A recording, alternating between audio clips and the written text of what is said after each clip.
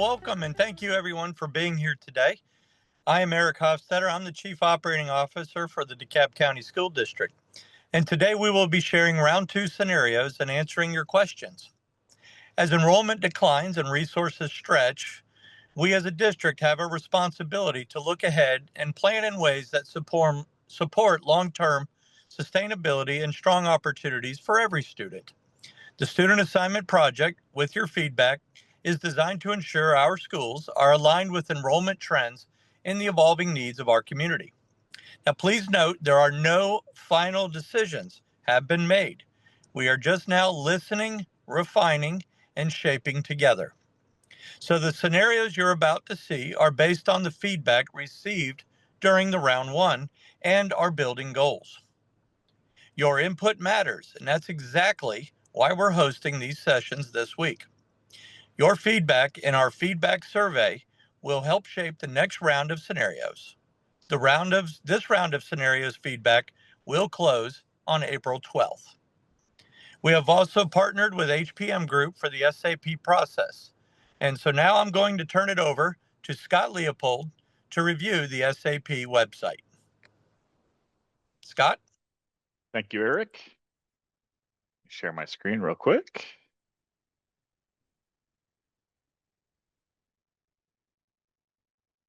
Okay, so I will be starting with just the DeKalb school's homepage. So if you navigate to that page, and then there is a big button down here for the Student Assignment Project, or SAP.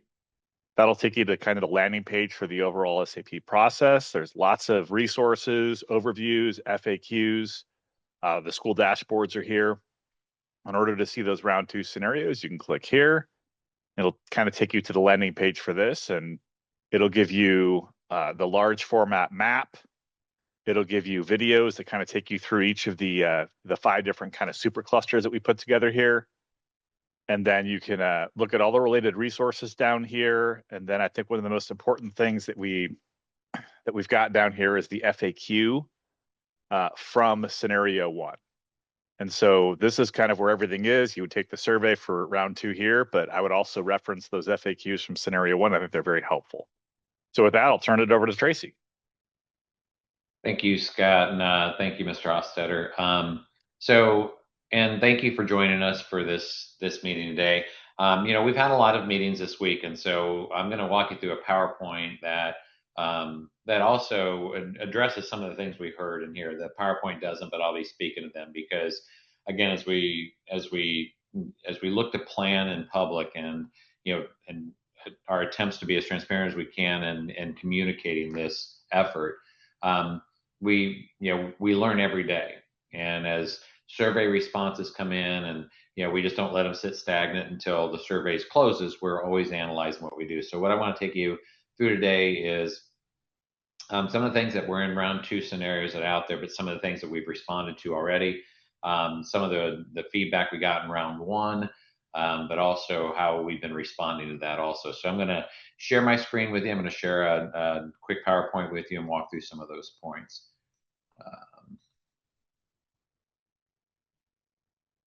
Make sure that is. Can you see that screen, Scott or Hans? We can. It's just not in presentation mode. Okay, there it goes. All right, are we good? Thank you. Yep. Okay, so as we go through this, I think that a lot of the feedback that we got in the first round we're asking about things like enrollment, utilization, and capacity. And certainly these are all questions that are kind of at the core of decision making with facilities.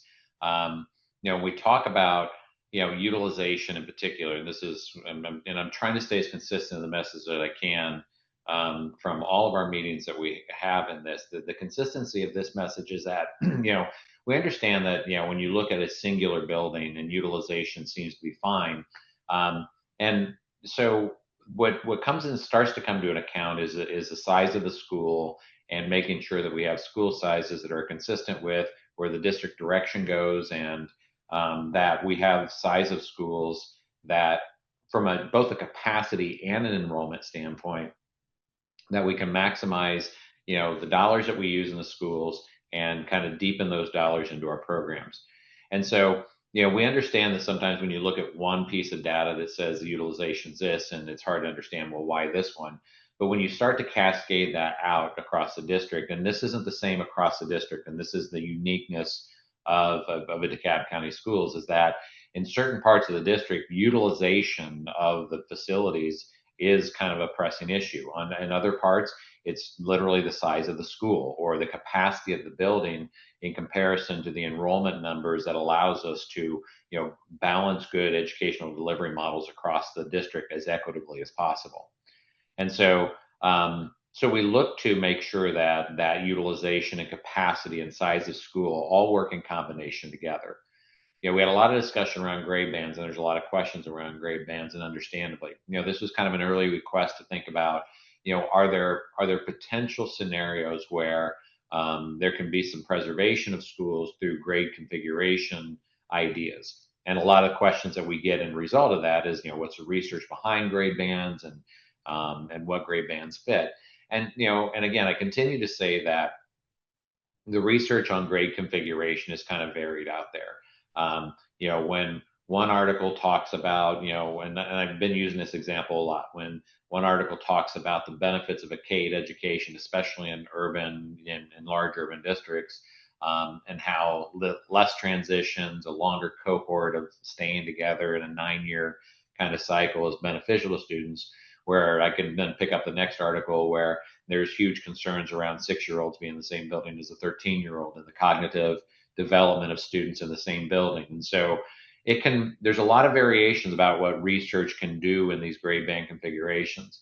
In particular, we have looked at K-8 and we've looked at 6-12, and we've looked at some of these maybe K-2, K-3 or 4-5 buildings, so what we might call primary and intermediate buildings.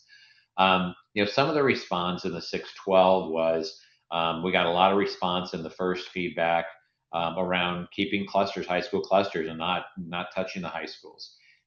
But we also know that, again, not in every part of the district, but in parts of the district, there are a lot of empty high school seats that are stretching the resources way too thin. And it's kind of the same areas that we hear concern from the community about.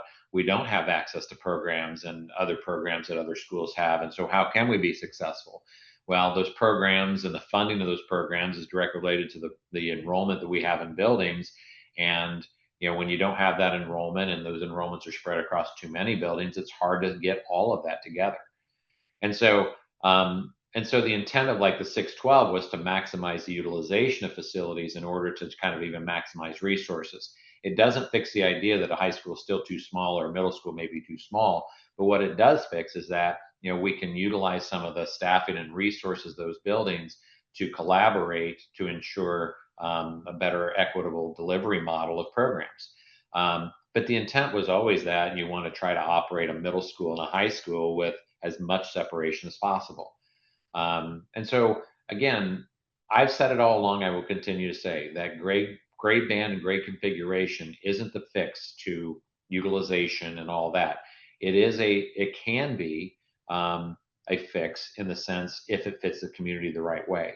If a K-8 or a pre-K-8 model is supportive of a community to maintain a culture and cohort that has less transitions, then maybe we look at that. Or if a 6-12 on a campus allows for the separation to happen, and we can share resources like science and math and fine arts and even some athletics and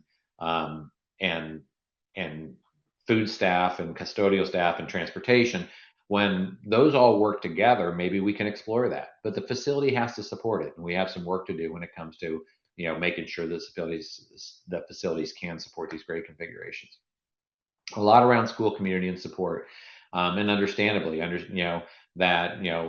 the tensions arise around, well, what happens to our community if a school's not there anymore? What are you going to do to a building, and what does that show? And again, we lean on a lot of the community feedback around the impact on the community for when that happens. But we also look at kind of what neighborhood means to these areas, and the fact that we look at things like live attend analysis, and the live attend tells us how many kids are actually attending their neighborhood school versus going to find another school outside the boundary, and maybe why is that happening?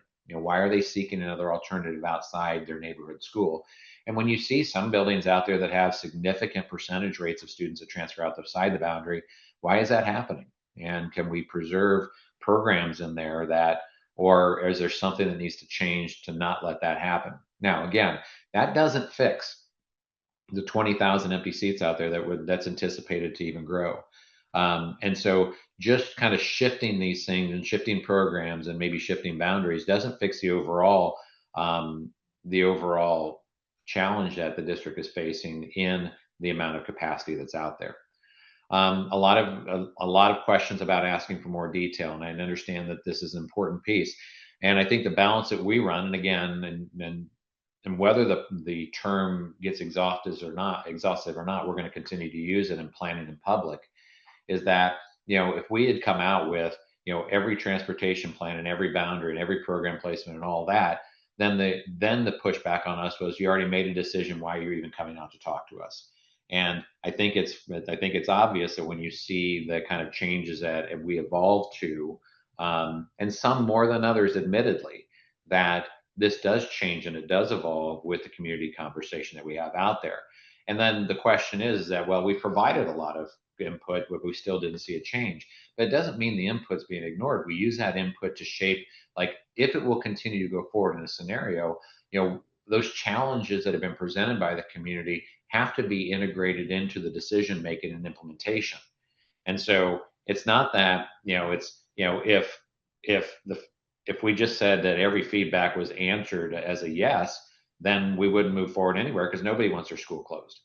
And so, and understandably, and look, the idea is that, and it's not the idea that, this school closure is a process that the district wants to go through, but a necessary adjustment to align to the program and delivery models and offerings of resources that every student deserves. And so the other thing was asked about was capital and proposed capital improvement projects. Well, the data kind of leans towards this idea that significant investments do have to be made in certain parts of the district. It happens to be that 11 of the major projects fall south of the Route 78 in this. But again, one of the things that we need to help be informed of, and as we move towards the next eSPLOST, is how these facilities need to be invested in on the communities that are most impacted. So are we impacting communities and making investments in those communities also, that those students are benefiting from an eSPLOST program, even though they may have, there might have been some transition in their academic progress. And then the phasing consideration, I think some confusion about what near term, middle term, and long term mean. Well, the near term is intended to be, things that we can make them, that we can implement in a scenario development that doesn't require a significant capital investment or program change that would hinder the move. And so again, the intent is if a scenario moves forward, that students that are impacted shouldn't walk into a facility that has less adequacy and less condition and doesn't hold them. It should be a newer and better experience as they walk in. And so that's when you start to fall in those medium terms that are most influenced likely by eSPLOST investments. That if we have to make additions to buildings or capital improvements or program improvements or capacity additions, then those would have to be in the medium term, because those are going to have to be 3 to 5 years out, and it's going to take some time for that to transition into place. Longer term considerations, and admittedly, I think these are the considerations that probably create a lot of anxiety, because the unknowns out there. And these are more the projects that are going to take significant capital investment that aren't available even in the next eSPLOST. And so as I start to switch into the mode of, the small capacity buildings that would need improvement, if they don't fall into the next eSPLOST program, then those are the terms. But the fact of the matter is you still need to have a long-term vision about what your infrastructure is going to look like, and let it be a guideline to you. But also make it so that even in your late, medium term, and long-term considerations, you've got pliability to adjust. The fact of the matter is the district is going to continue to change. It's going to continue to evolve from a population standpoint, from a student enrollment standpoint, from a development standpoint, from a cost of housing standpoint. There's so many dynamics that happen that you need a plan that provides guidance that allows some pliability as you're going into a plan like that. And so we're trying to respond to all these different kind of feedback that come in and make adjustments to those as we go. And so as we go into some of the scenarios, we start in the north. And I think that in the Dunwoody and Chamblee Cross Keys clusters, one of the things that, and this goes to the question about the question, we get a lot of this question about talking about programs and boundaries and how they're impacting our decisions, and why would you just do facilities without thinking about programs and boundaries? But we are thinking about all those. We do think about boundary implications. We think about the programs that are in those buildings. It's not that we're ignoring those, but we also need to know what our infrastructure is going to look like to help position us in those. And so this is a good example in the north. We're going to have Sequoia High School, and the middle high school, and it'll be new, and it's going to be that the north part of this district is going to have to go to an adjustment, a boundary adjustment, to adapt to a brand new facility and a brand new cluster in the north area. Now, we are aware of that. Of course, we have to be aware of that. And that's going to have some medium and longer term implications about implementation. But without kind of that idea of what those boundaries could look like, we may be delayed in what actions we can take, even in a process like the SAP process. And so, understandably, that again, much appreciated feedback from communities like the Vanderland community, who understands that they don't want to move from their facility. It's an adjacent campus to the Dunwoody High School that's overutilized. And can that building be used as part of a campus solution for the high school in order to help kind of make some preservation of the cluster? At 125% utilization, that will continue to increase in there. The district doesn't see that as a viable solution to keep maintaining the building at that utilization. And so the alternatives are, you either got to start to move clusters, or you're going to have to start to look at alternative ways to house those students. And so that's how Vanderland comes into discussion, along with the surrounding capacity. But again, we have to have more specific communications deeper into the Vanderland community to understand kind of the impacts of what that moves could mean and what it means to the surrounding elementary schools around them. And as we continue to have those deeper conversations and engage more specifically in these, this is one that is going to require a deeper dive, obviously. The Ashford Park, in this scenario, we've heard a lot of feedback around, and again, we don't want to ignore that a lot of the situations are unique. Ashford Park is very unique in the fact that it's not an underutilized and not a small school. It just happens to have a small building on a challenging site. And so, we've offered some solutions to how do we maintain a facility on that site as a start of conversation. But a lot of feedback is, is there potential for additions to our building that the site can handle, or new construction, and what does that mean from a site adaptability standpoint? If we have to go through new construction, does it mean our students have to be into a swing space somewhere? What are the cost implications? And so, it is much like all the other communities. It deserves a deeper dive and more focus, just like a Vanderland would, just like these other schools that we're talking about as we get deeper into these conversations.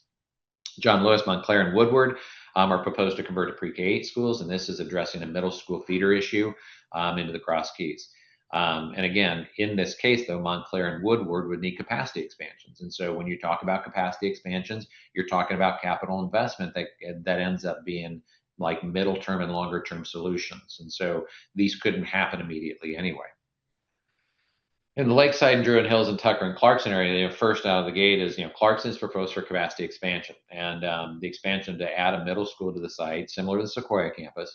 But there's also already proposed capital improvements to the Clarkson High School facility, and so that's in the making. With Druid Hills High School, a board decision already that kind of gets entered into our process, that since that's a board decision that's already been made, we put that and we just roll that into how we make decisions down on other schools. Freedom Middle School would become available in this situation, and could be reconstituted as a special school. We've talked often about when we mention things like Kittredge or DA or DSA, and there's going to be some other ones as you go through this presentation, that we got feedback about, these are, that we're schools too, and we have facility needs, and we have capacity needs, and we have program improvement needs. And so we want to make sure that we're addressing all students in all school buildings. Now, but again, I don't want this to suggest that just because we mentioned these happen to be in these specific clusters, that they're moving to one of the schools that we might identify. It could be that we just need to address the facility that they're in, but we don't want to ignore that they also have facility needs. And so there's a lot of discussion about, okay, if this process moves forward with some availability of facilities, are there any that could be appropriate for programs, for those special school programs of choice, that might be more appropriate for our students to go into? And so again, part of this discussion is an ongoing, what we continue to call iterative, to say that we don't know what the decision for, let's say, a DA or DSA or Kittredge would be without knowing what's available to us. And it may be that the decision has to be, we just improve the schools that they're in. But this has to kind of drive some of that discussion too. The intent is to keep the programs and not disrupt that. In McNair and Cedar Grove, Columbia Towers, and Southwest DeKalb, again, in this case, where McNair High School is proposed to go to a 612 campus, Early Learning Center at Terry Mill, that wasn't identified in round one, but we'll move into the DLA, McNair DLA. Cedar Grove Middle School and Cedar Grove Elementary were both proposed to close in round one. Now they're proposed to remain open and just trade buildings. Again, this effectively creates, because the Cedar Grove Elementary School's adjacency to the high school, effectively creates a 612 dynamic on a campus, but it still separates the buildings. And provides a dynamic of a middle high school dynamic in adjacent sites. Oakview Elementary is proposed to close or be repurposed, which is new for round two. Bob Mathis was proposed to be closed in round one or repurposed. Round two proposals to convert it to an ELC, an Early Learning Childhood Center, similar to the Coralwood setup. Wadsworth Magnet, again, a building that's been identified that has facility needs for its program. And so again, we just want to recognize that those schools also still have needs. Miller Grove, Lithonia, and MLK clusters. Part of this discussion is what has happened as far as current East Plus or past East Plus in the discussion. And Stoneview was one of those discussions about some things that were already in discussion around Stoneview and its facilities improvements and continuing to operate as a pre-K 5 building. And so the change in this is that Stoneview will remain a pre-K 5 building, which means that Lithonia Middle School and Lithonia High School are proposed to remain as they are, 6-8 and 9-12 respectively. Again, one of in the last scenario that came out, we were talking about like Redan, Miller Grove, MLK, and and Stone Mountain in some cases here, where the combination of Lithonia and the combination of all these schools are nearing 2,500 empty seats between those 4 school buildings or the 5 school buildings. Lithonia is fully occupied. It was just built as a smaller high school, and so now you see that in response to effectively maintaining high school clusters, but utilizing the buildings more, about can we convert these to 612 campuses, again, operating middle schools and high schools on the same campus. And admittedly, some of these buildings present challenges in this. The separation of students and ensuring that you get a middle grades experience and a high school experience too. And so we have to do deeper dives in this. And we've heard in particular from, and I'll talk about in the next slide, from particular neighborhoods about, this isn't a grade configuration that we think would fit our area. And so can we reconsider this? But again, the balance here is that we can't maintain basically, 2 empty high schools from a seat perspective. Our resources get stretched too thin, because in the same conversation, we hear challenges of program availability and the depth of program that our students are offered. But those are directly related to enrollment. And it's not just a matter of shifting or just offering programs in a building, because then that just draws from somewhere else. Again, it's not fixing the idea that there's still a lot of capacity out there.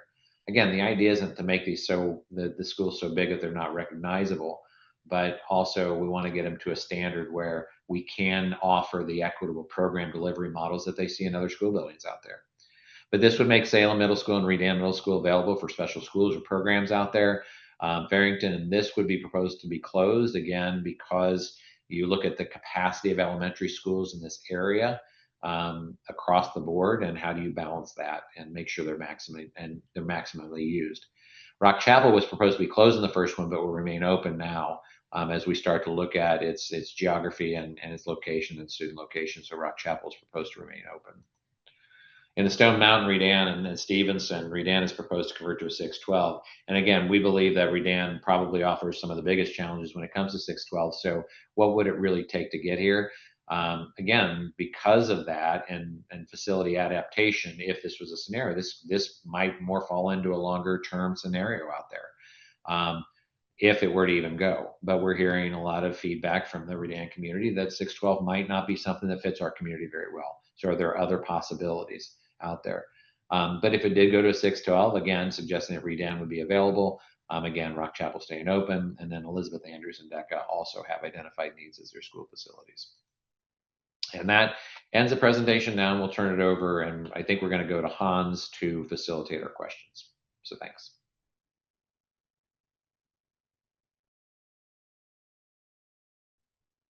Thank you, and I apologize for the noise in the background. There's a little bit going on here today, but I'm going to go ahead and facilitate the question and answers, and I'm going to kick it off with a question about the planning process and how we're going about it. So can you change the plan structure and get a full plan that addresses boundaries, programs, and buildings, as well as fiscal projections like what has been done at other districts?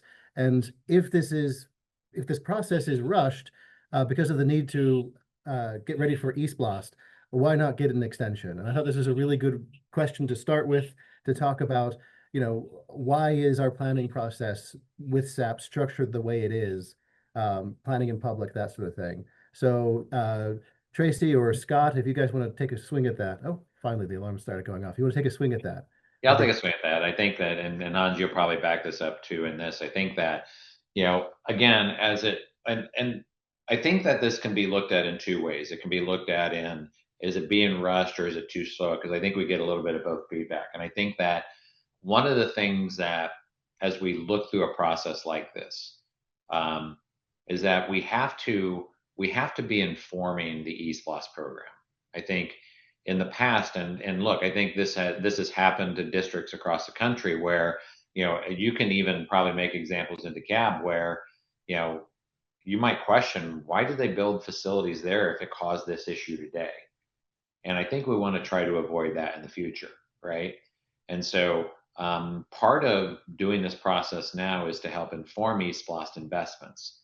But by having a longer term vision, again, not that all of it could be implemented, but having a longer term vision really does help us to have some cost avoidance or spending avoidance of what might not be necessary in the future.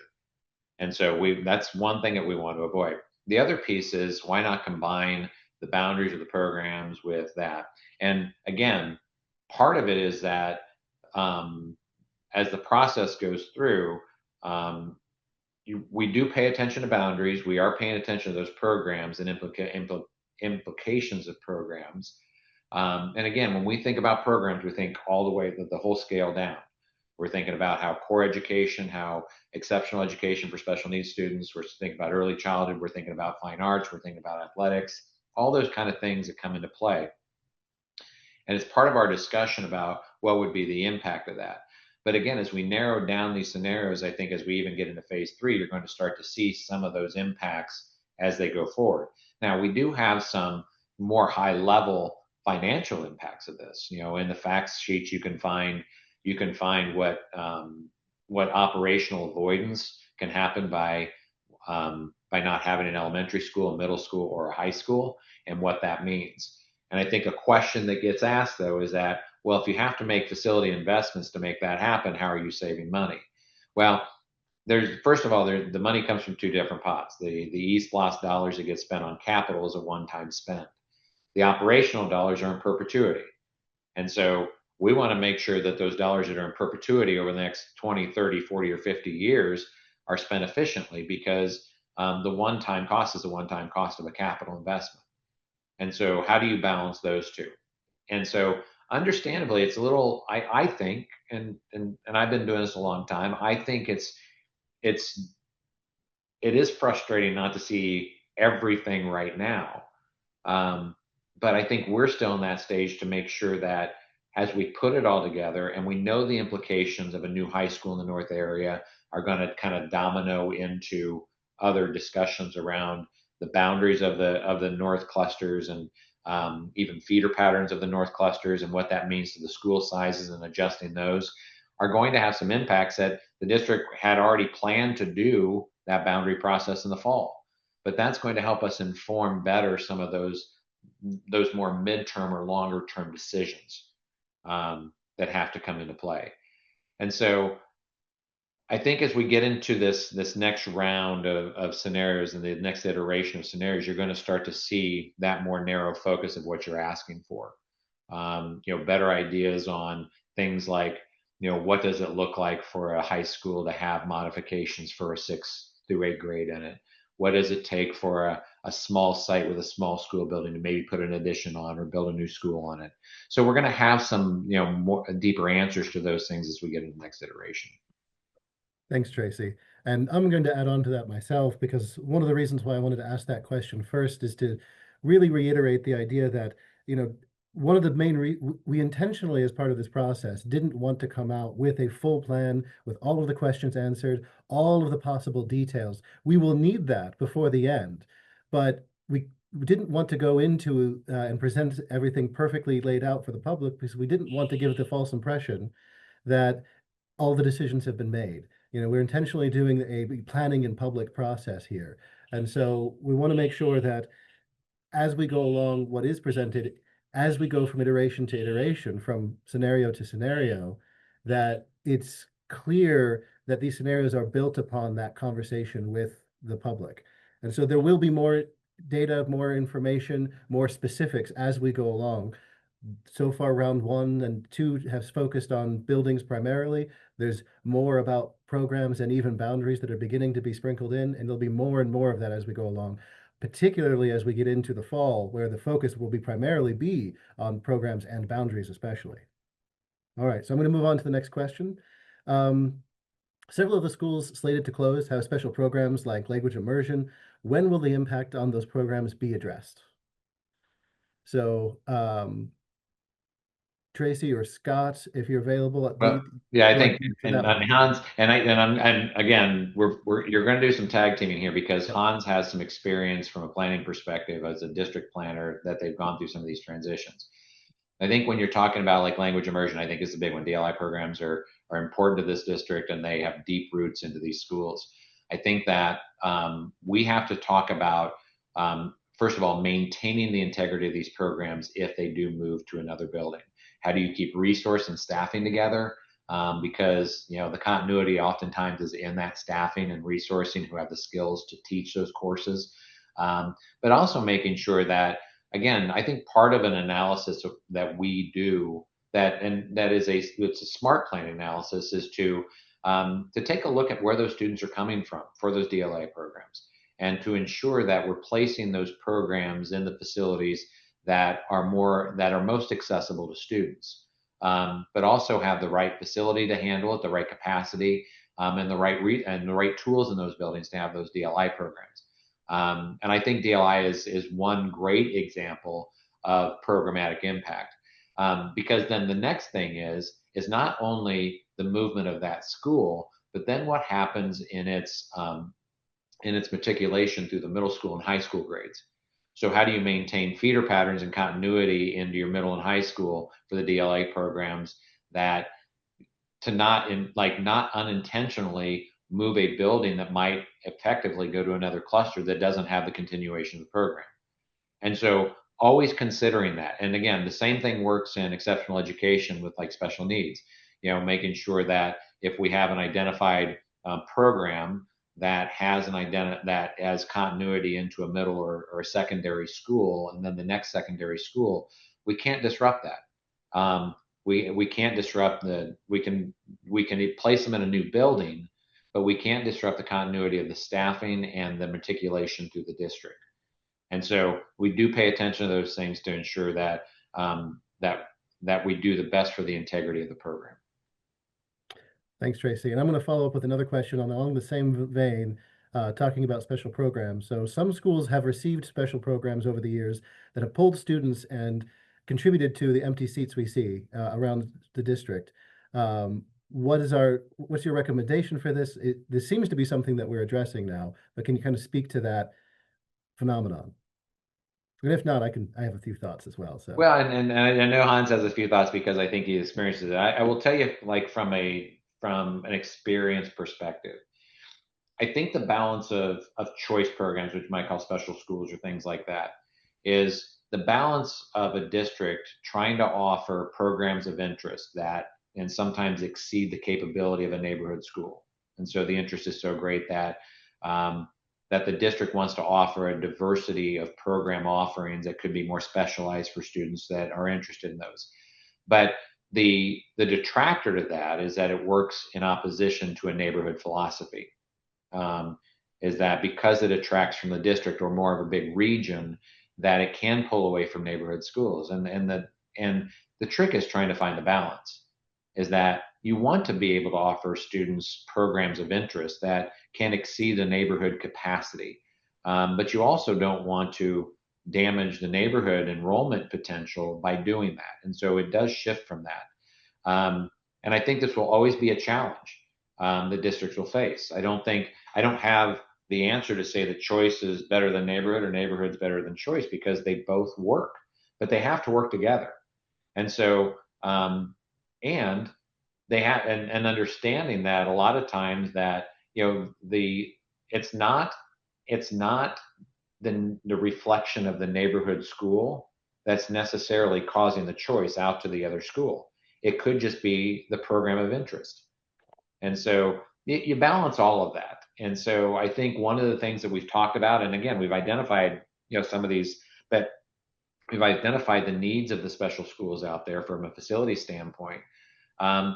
But I think that this is always going to be kind of a yin and a yang thing in districts that want to offer the program availability and offer a good neighborhood choice.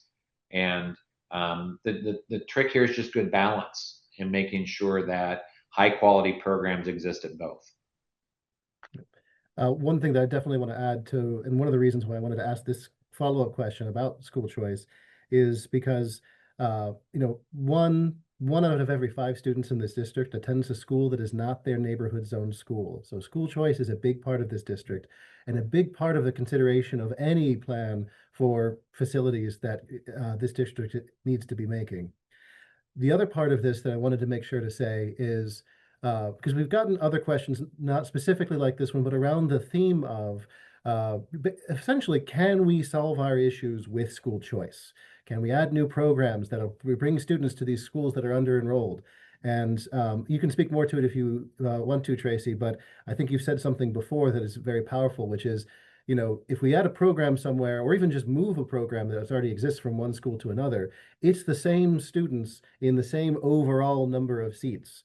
When you have an issue of 20,000 open seats, where the students attend, whether it be in school A or school B, we will still have 20,000 open seats. So while school choice is and needs to be a major component of what this will end up being, and it will become more and more a part of these scenarios as we go along, school choice alone is not what can fix the issues that we're facing. All right, so I'm going to move on to the next question. And this one might be more specifically for Scott because it has to do with changes from scenario 1 to scenario 2.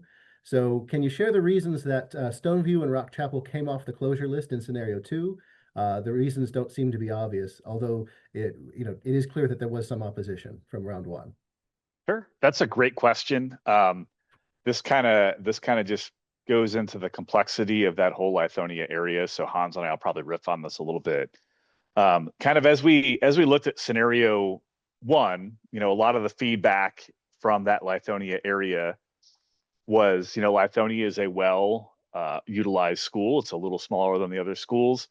All of the schools around it are larger and underutilized. And so in that scenario 1 piece, kind of that idea was, let's look at dividing up Lithonia to help increase enrollment at those adjacent clusters.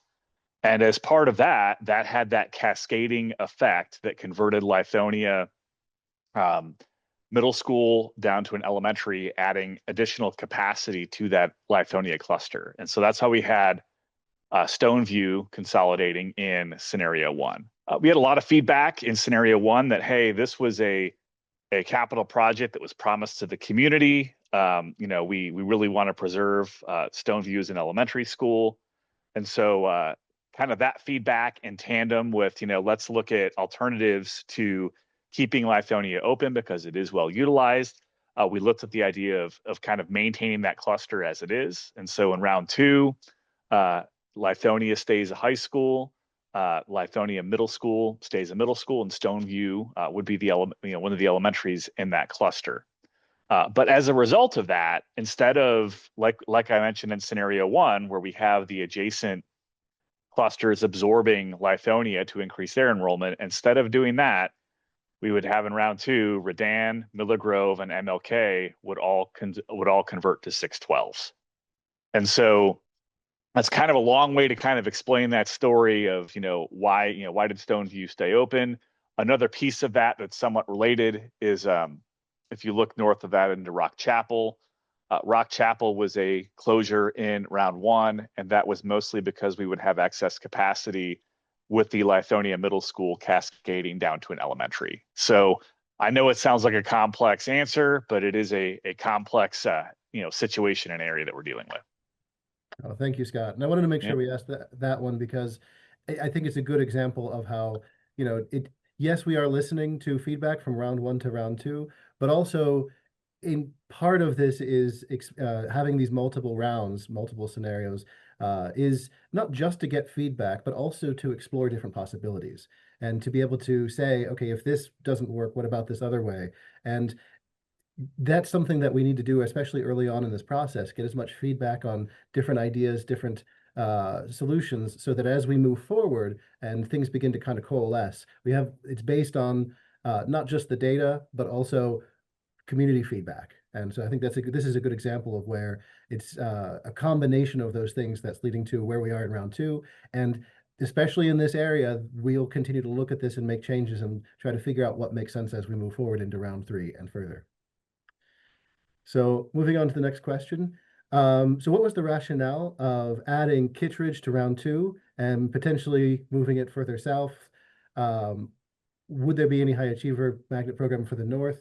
And I think I'm going to expand this question beyond just Kittredge, but we included DAA, DSA, Elizabeth Andrews, DECA. What was the rationale behind adding these schools as programs that may be in need of a new facility?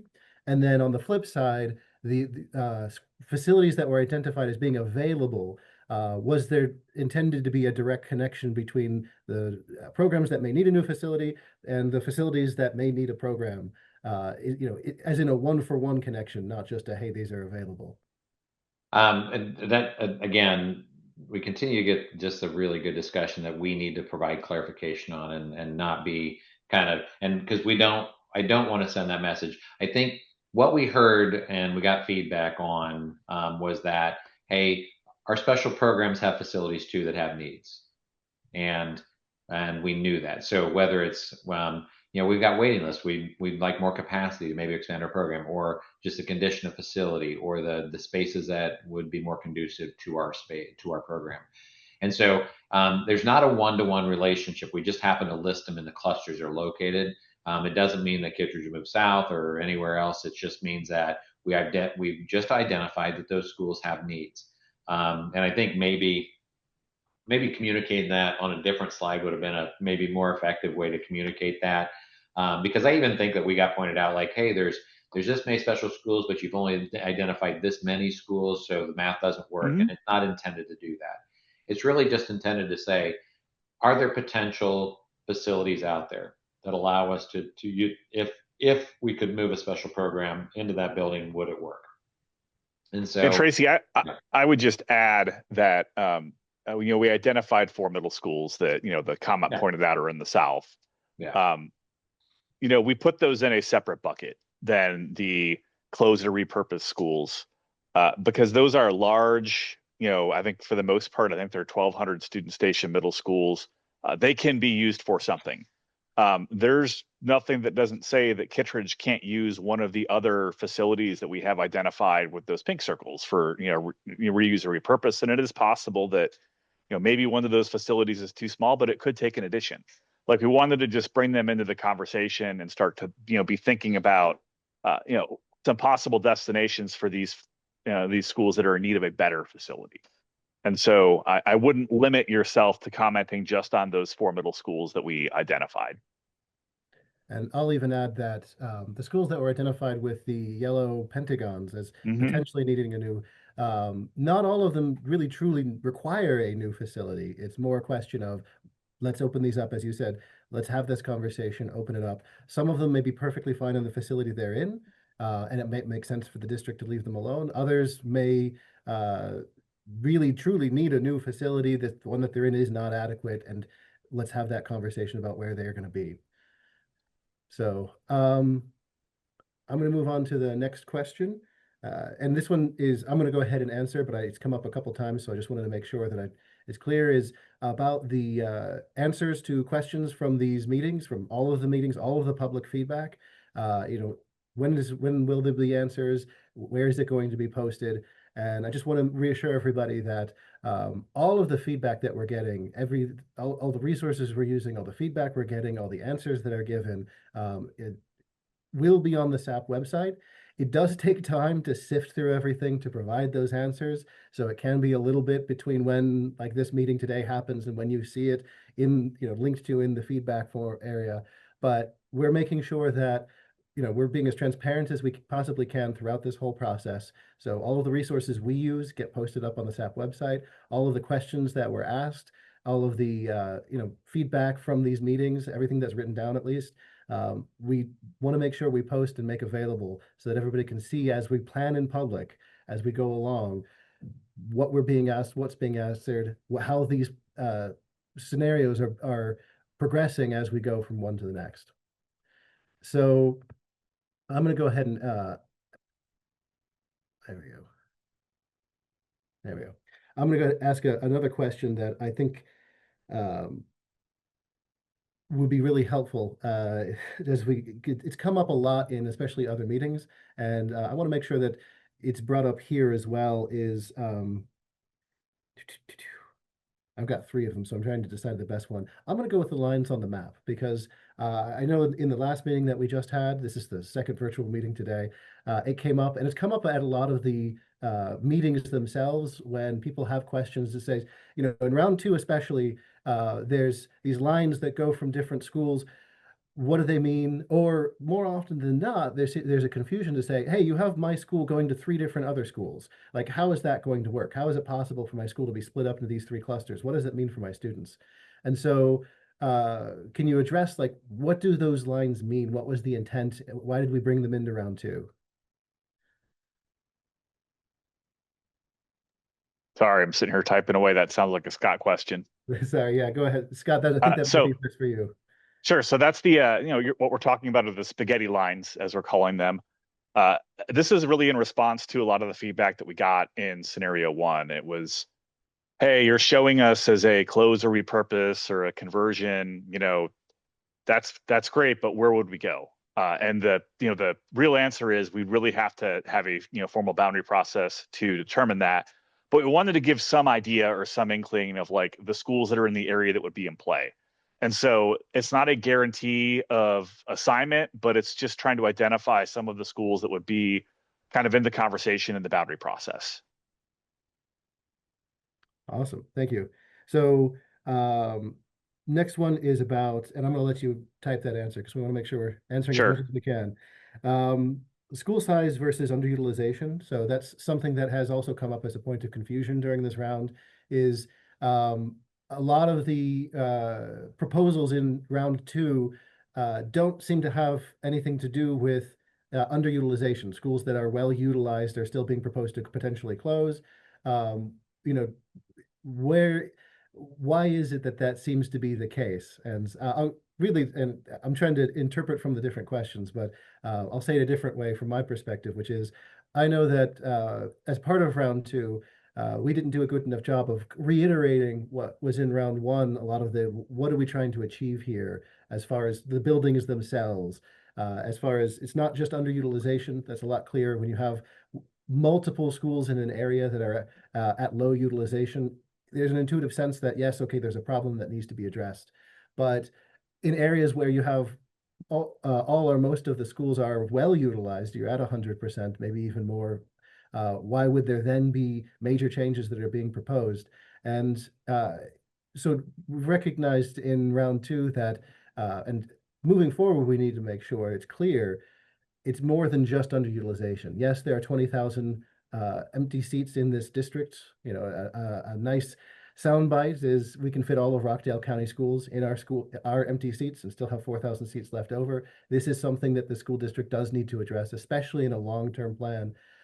But at the same time, there are other facility needs beyond even just condition. And small schools is one of those things that we've identified as, you know, schools that are so small they can't fit the number of teachers per grade. But that's an issue. That's something that is an inefficient use of resources for the district. It doesn't help lead to well-resourced schools. And that wasn't as well communicated. We need to make sure that in future rounds, as this continues to carry forward, that's clearly communicated. Why is that the case? Why is that a priority for the district? Why is it included in our long-term plan? So Tracy, I'm going to ask you to kind of speak a bit more on that small school issue, since it wasn't as clearly communicated in the round two documentation so far. Yeah, and I think there's two things on this one, and I'm just going to give a specific example. If you go back to the round one scenarios and you look at like the scenario suggested that Lithonia High School close and be distributed into the other schools, right? Well, Lithonia happens to be surrounded by 4 schools that have a lot of capacity. Then there are bigger schools that are newer schools. And so even though it's the most utilized facility, it falls in a geography that says that I've got bigger schools that are newer schools that surround it. And so in that case where you might see a utilized facility, now again, we've changed the scenario based on feedback about preservation of high school clusters. But that was an example of how you can look at a well-utilized building. Now, the other thing when it comes to the underutilization versus small school, I think as we continue to dig deeper into this, and again, I think that I continue to use like the Ashford Park model. And I think that this is an example of, as I watch kind of our first iteration out there in community videos and things like that, you know, I could see like the Ashford Park community sitting there going, well, this doesn't apply to us. This doesn't apply to us. This doesn't apply to us. We're not a small school. We're not underutilized. We're not. And it presents itself as to making sure that we're doing a more laser focused discussion around the sites we're talking about. And the reason for that is because and staying within like the cluster area is looking at the overall capacity of an area. But not only that is that, you know, when the smaller schools that again demand that the FTE is not in those buildings to get the resources, that equitable resources of minimal staffing in a building, we have to consider that also. And so we want to make sure that, again, we've got a more consistent model, that we're working toward a more consistent model of school sizes that are fully staffed and first of all, that can be fully resourced and staffed. And when you start to go below those numbers out there, they just don't work. And so we have to supplement those schools for staffing, which again, when you have to supplement, it takes dollars away from other purposes. So they have to go wider, not deeper. And so admittedly, and I think the good point of this question, and this is why I like this question so much, is that there are so many dynamics that can be different for a different part of this district that still apply to the overall idea about how we want to deliver schools. We want to deliver schools at a size that makes sense from an operational and educational standpoint.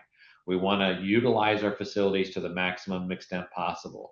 We want to make sure that we have, you know, appropriate transportation routes for kids to get there. We want to make sure that, you know, again, the domino of all of this that happens. And so yeah, I think that we could, like in this round, I'm with Hans. I think we probably didn't do a good enough job of reiterating that we have dynamics in this district that, again, are trying to move toward what have been identified as the SAP principles delivered to this process. But we're trying to also balance an equitable overlay of that criteria onto all facilities. And what you find is that just a blanket overlay of an equitable um, of an equitable parameters doesn't work in a district like this. And so you adjust and you pivot in your process to adapt to those modifications that have to be made. But the fact of the matter is that we do want our school sizes to be a certain size. We do want our buildings to be utilized to its maximum potential in that ideal school, in that not ideal school size, but more appropriate school size. And part of that will be some boundary shifts in order to get there. Some of that will be some consolidation of buildings in there. Some of that will be some program movement. Some of that will be, a feeder pattern movement. And so all that combination will come together as we continue to work towards the infrastructure that makes sense for the district.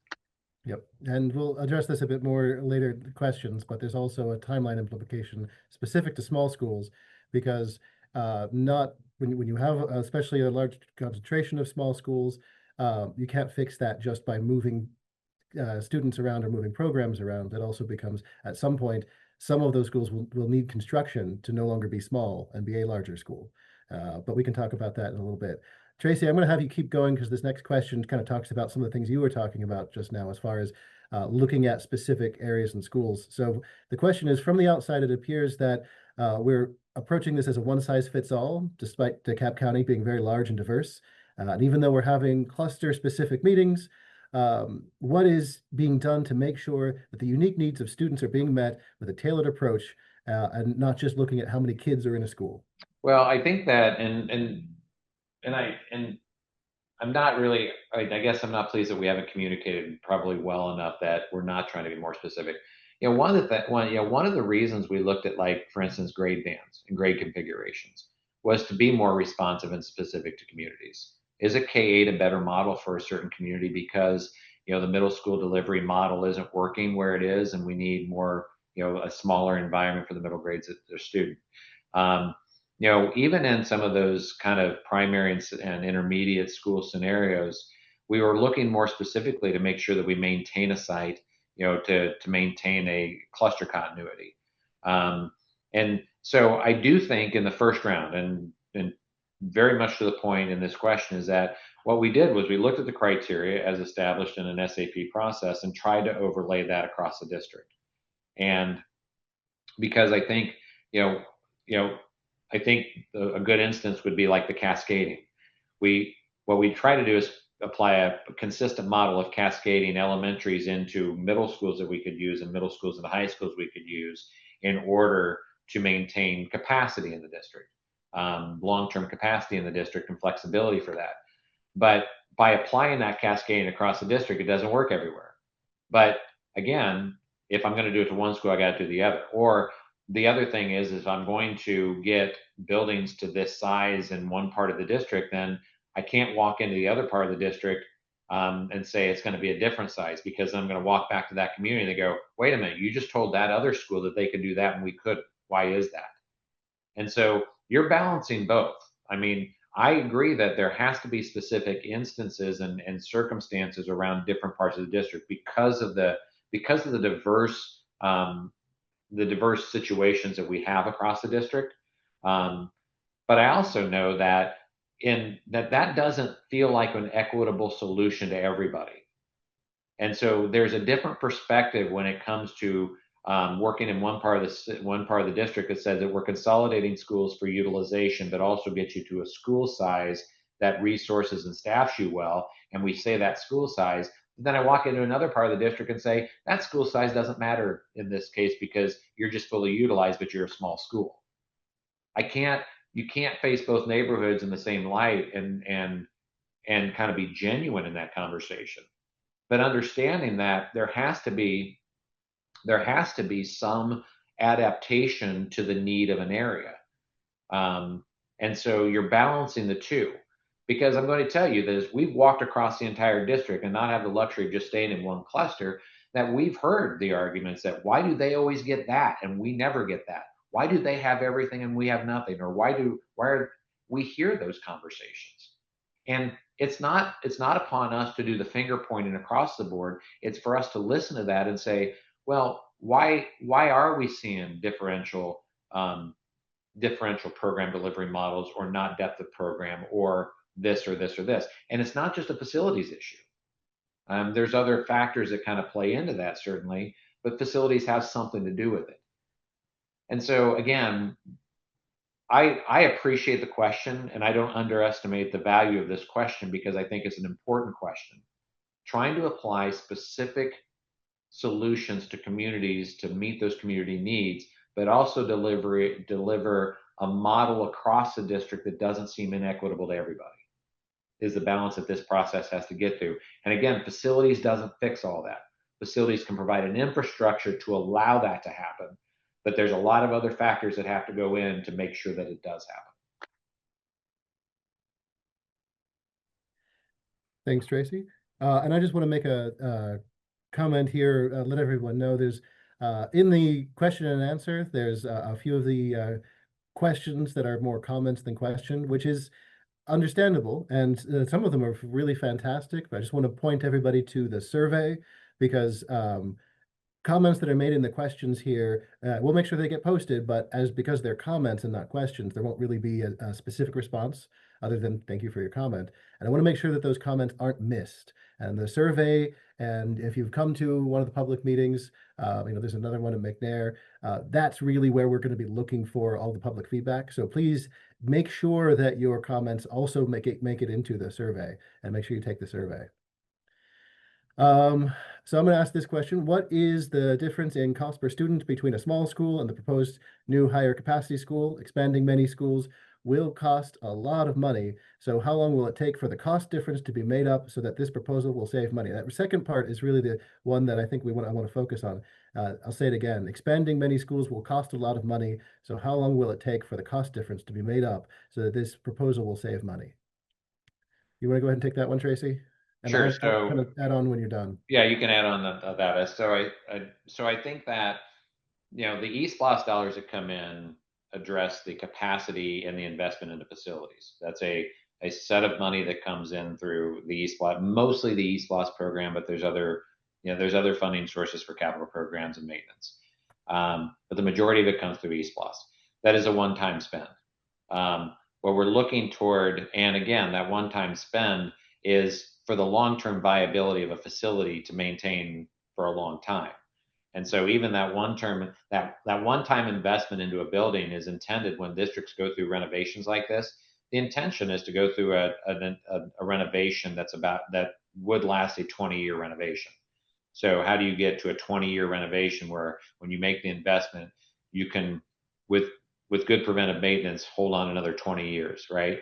And so even if you spend $10 million on a building that lasts 20 years, it's $2 million a year. But the other piece to this is that the cost of a building, or whatever it is, it just equals out, right? So the investment goes longer. It's not quite worked that way in math. But the other piece to that is the dollars it takes to operate a building. And those dollars are in perpetuity. Those go on forever. And so when I have to, like I continue to say, when I have so many buildings that I have to deliver students to, and it means that I need 15 extra buses, those 15 extra buses cost are every year, every single year. And so, but if I had 15 less buses because I was more efficient in my transportation routes and I had less sites to go to, then I cut off that perpetual spending for 15 years of what 15 buses cost me. And so, yeah, again, you have to balance both, because, I think that, and understandably, it is perceived that it's all just one pot of money at the end of the day. Well, not according to law, it's not. I mean, we can't spend capital dollars on operations and operation dollars on capital. But we also, and so what we're trying to do is we're trying to make the investments of buildings that you're going to have anyway for the long term, but also reduce some of those, or avoid some of those perpetual costs in order to make those perpetual cost dollars go deeper into your buildings and not wider. Thank you, Tracy. You said a lot of what I was going to say, especially about the different pots of money. I think what you said too is about eSplost. I want to make the point too that eSplost is the primary funding source for when we do major capital improvements. That includes new construction, but it also includes when we're improving just the condition of these schools, going in and doing a major renovation, a 20-year refresh of a roof, an HVAC system, or whatever it is that's needed. And it does mean too that we, as a district, need to look at prioritizing, making sure that, do we need to fix up a school? Do we need to add on to a school? Or do we need to do both? And that's something that's worth considering as well, as for many of these schools that might need a capacity addition to meet our minimum standards, then whether or not that school gets a capacity addition, it will also need a renovation. Dollars will need to be spent at all of our schools at some point, ideally every 20 years. That's something that we're really trying to make happen and balance. And there's an ongoing process along with that that's parallel to everything that we're talking about here. But I point that out to say that it's not just a matter of leaving a school alone and letting it be for 20 years until maybe sometime down the line we can afford to add on. There will be improvements made one way or another. And so part of having this long-term plan is to be able to answer questions about when it's time to go into these schools and do a renovation, to what extent, not just are we putting on a new roof and fixing up the HVAC system and everything else is fine, or do we need to add on to this school as well? It doesn't always match up one-to-one, but that is another aspect of what we're talking about here. And as you said, the different pots of money is another consideration that the eSplost, especially the education special purpose local option sales tax, is specific to capital. It can't be spent on operations. It can't be spent on teachers. It is meant to be spent on new equipment, new schools, new facilities, and improving the condition of facilities as well.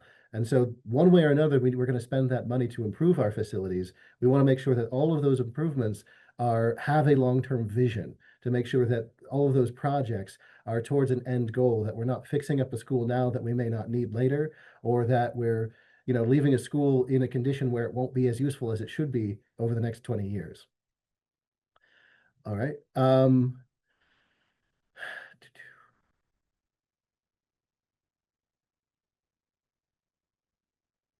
I'd like this one. So in terms of timing, when is the next release? When's the next round scheduled, and what will be included in it? I.e. boundary changes, programs, refinements to round 1 and round 2. So what's the next steps for this process? And this is, I'm gonna answer this in a couple ways, because I'm gonna tie in a question that got asked to us in the last one, so we address it. I think one thing we looked at was the survey that's out. The survey happens to end during the spring break time. We need to review that. We don't want to, again, the idea is not to bury something in a spring break time where people aren't paying attention to any, they should be enjoying their spring break and time off. We need to adapt that a little bit to make sure that the survey is available to people when it's available, when they need it to be available to them. So we're reviewing that to ensure that we keep the survey open. That doesn't mean, and I'm going to caveat that really quick, is that, again, we don't just do the survey and wait till the results come in and then look at the results. We are continually, daily looking at the input of the survey to help us work day to day in our model of the next iteration. In the next iteration, I think we've intentionally not set the timeline for the next release of this based on knowing that we were going to go to every cluster and get again another tranche of feedback that the scale, over 9,000 responses last time, and adapting to those 9,000 responses, and we get into these more cluster level discussions, more specific questions, we need to do some more laser focus on some of this input. And so we intentionally didn't put a timeline for it to be released, but we also know that over the next 6 or 8 weeks, we need to be working more specifically to some of these areas and what I call more of a laser focus to some of these impacted scenarios or areas of most impact. So we have these deeper discussions before we release the next set of scenarios. Again, the model isn't that it's it's the most responses we get, all the scenarios have impacts. And so we want to make sure that we're doing a deeper dive into those that we've released and the modifications that might have to be made, but also even have a deeper discussion if modifications can't be made with those areas before we go out and just release something blind again. And so we are, after the meetings are done on Monday night, we are circling back around on Tuesday as a staff and internal staff and the consultants working together to look at, the magnitude of the feedback, where the survey stands, how long the survey we should extend out there, and making sure that we fall in a timeline that is responsive to the community feedback. And I'm not going to say more and deeper, because in the last responses we went more and deeper. But now that we've gotten more specific cluster level discussion, it adds another layer of depth that we want to get into. All that to be said, we want to make sure that we don't have a set timeline for it, but in the iteration before we get out there, we will be talking to more specific communities before the final release, not the final release, the next release comes out. Wonderful. So next, we've gotten several questions, especially over these rounds of meetings, and I had to remind myself that we haven't yet addressed it in this Q&A, since we did in the last one a couple hours ago, but specifically around school performance, how school performance is or is not considered as part of this process. Can you go into that a little bit, Tracy? Sure. We've addressed this, and this is questions asked quite a bit in this one. And again, staying in the consistency of this, that school performance is a slippery slope when it comes to this. Again, we pay attention to school performance in our discussions. We talk about schools that can perform, but the idea of what constitutes school performance can sometimes be a not so easy discussion. That school performance, the research and data, and you go and look at this, and you can look at the top 10 reasons why performance matters in big districts or in small districts, whatever. And a lot of times what rises to the top is socioeconomic status and family structure and availability to outside resources beyond the school and all those things. And then the other model of, what does performance really mean? Does it mean annual gains? Or because there's schools out there that might not have the performance grade that one has, but its gains are more right now. So does that get considered? And if your gains aren't what the other one are, does that mean you're not performing as well because the gains are being made? And then, what happens if, what happens in time when neighborhoods change or leadership changes in a building or a program moves out of a building and performance is impacted by that? And then, then a school says, well, it wasn't our fault. Our performance got hit because we took a program out, or you changed leadership, so there's a lot of dynamic in there that says that kind of makes it a slippery slope for performance. Now, once again, we're not dismissing the performance discussion at all. We want to recognize that, but we want all schools to perform.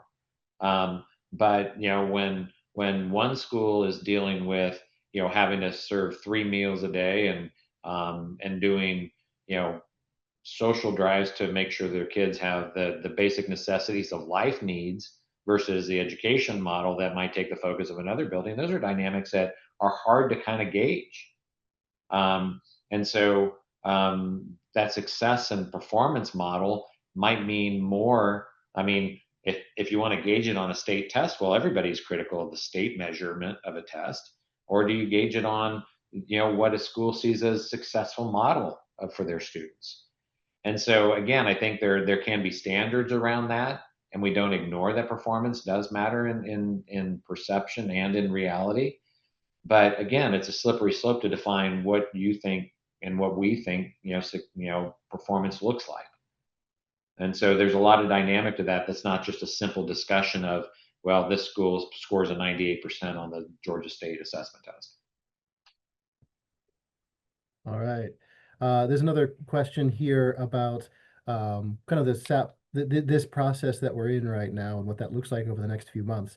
After Scenario 3 is presented at the end of April or in May. What, if any, feedback will you be taking from stakeholders? And I'm going to go ahead and answer that one, which is there's a number of rounds. We're in round 2 at the moment. We'll have at least one more for round 3. I'm personally hoping we can even get up to 4. We'll see. But this season, up until the end of May, till the end of the school year, is only the beginning of this conversation. This will continue on into next fall, where especially next fall, there'll be much more explicitly boundaries and programs being brought into the conversation. So this isn't the end. We're really at the beginning, middle of the beginning, you could say, of this process. And for each of these, there'll be scenarios, there'll be continued public feedback, a continued conversation. It won't be, unfortunately, an infinite number of rounds, but we have many more to come. So next question I want to ask is, if a school does close, how will teachers be impacted? Will they have a choice of a new school to work at? Will they be assigned to a new school?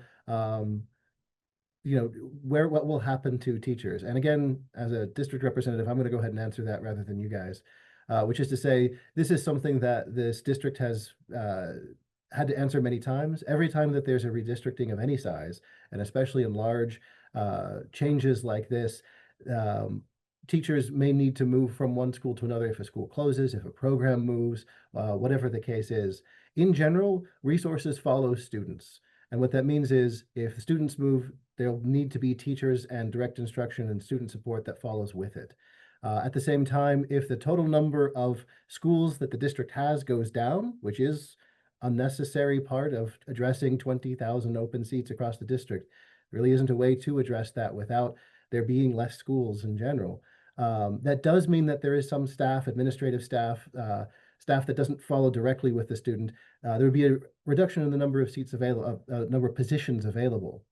But it's an unfortunate reality in every school district, including ours, that we don't have 100% retention. From one school year to the next, there's a turnover of administrative staff in some cases, not huge in some cases, bigger in others. But what that means is if whatever comes out of this process is not going to be implemented all at once. It can't be a large, huge change and then we're all done. And what that means is that there'll be time to implement this in a way that takes advantage of that natural attrition, so that it is a goal out of this process. There is no expectation that any teachers will or administrative staff will lose their jobs.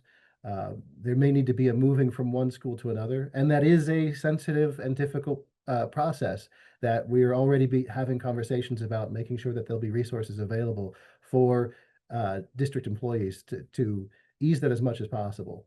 But that is, as I said, something that we've had to deal with whenever there's a redistricting or major changes, and we'll make sure that we do that this time as well, make as many resources as possible, plan ahead as much as possible to make those transitions as easy as they can be.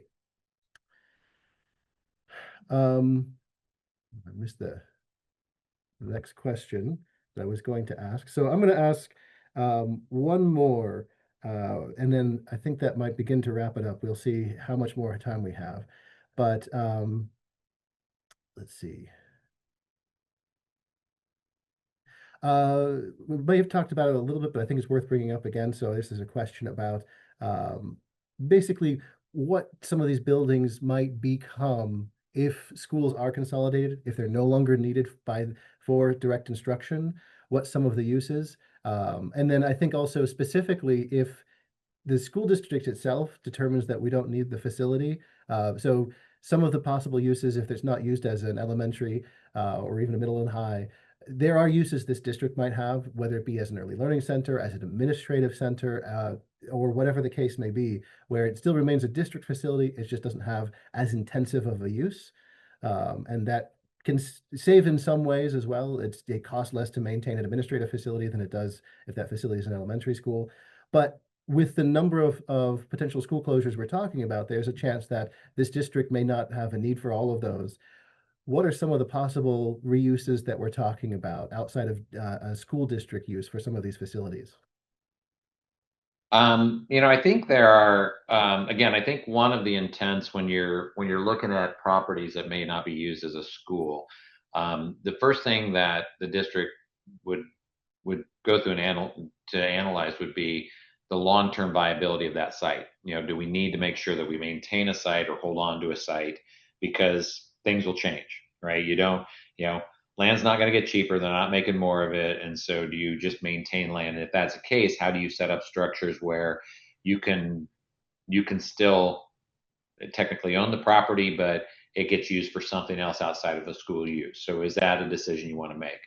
Of course, there's always the possibility to sell property out there. And you go through a process. The district has a process of selling property that does evaluations and uses resources to sell buildings if that's the case too. But I think there are, and again, it's starting to gain momentum, and it did in the early part, and what's weird to say, in the early part of this century, in the 2000s, of how are there buildings out there that can be used for more affordable housing, like affordable staff housing, and not just teachers, but even public or public employee housing. So, because when a lot of times when we think about like that, we think, well, just teachers, but no, let's think about, from our maintenance staff or from our diet or from our food services staff or from that kind of staff. Is there possible ways to convert this into affordable housing for district staff or public employees like that? Because again, it's harder to afford to housing and to find housing like that. And can we do that? So that's one model that I feel like is gaining some momentum across the country, although it's hard to find the investors who want to do that or the districts who want to invest in it. And so it's a slow roll into that. I think other things are like community centers, reuse for, nonprofits that can help in community services that are necessary to the communities. I know that, for instance, when, working in places like Atlanta, that there are places in Atlanta that are areas in Atlanta that are food deserts. Can you reuse these to make sure that areas have access to healthy foods or even access to any foods, or is there anything like that? But I think the important piece of this is that working with communities to identify what the specific needs of those communities can be to help shape that conversation, but also maintain the long-term viability of it being a school someday, because that might be necessary again. And I think Hans made an example, and it might have been even this week in one of the meetings, that a building from the 80s or 90s that was, believe it or not, 40 years ago in the 80s, but now the site is a viable site that could be a viable site for a school in the future again, because of the way the district has kind of changed again. And so those are hard decisions, because to try to think 30, 40, or 50 years down the road is difficult when the immediate needs are in front of you. But I think all those have to be explored. Thanks. And I want to add too that we are, as the school district, actively working with DeKalb County, trying to identify, for any of these facilities, there's nothing specific now, of course, but just making sure that the framework is there so that when facilities are identified that may be consolidated, then the school district says we don't have a specific use for this right now, that we can talk with the county or cities and say, is there something other way that this facility can continue to serve these communities? Some of our schools already have school-based health clinics and other resources that can be made available to the wider community, depending on what's appropriate for that specific school and for that specific community. So it's absolutely an ongoing conversation to make sure that all of that's taken into consideration. So I'm going to wrap up with one last question about implementation, how long these things will take, and then I think that'll be it for this meeting. So the question is when is this going to happen? One thing that we've heard from folks about round one and round two is there seems to be a flattening. We say that, yes, this is a 10-year long-range plan. We see short, medium, and long-term on these maps and tables for round two, but what does that mean? When will this happen? So I want to give a little bit more information about that. I think you'll see that quite a bit more going forward in round 3 and forward is what does the implementation timeline look like? When will things happen? And so just keeping in mind that, and we've said it a few times here in this meeting, that some things can happen sooner in the short term in years 1 through 3. You know, we don't want everything to happen all at once. It can be a bit of a shock for our system, for our communities.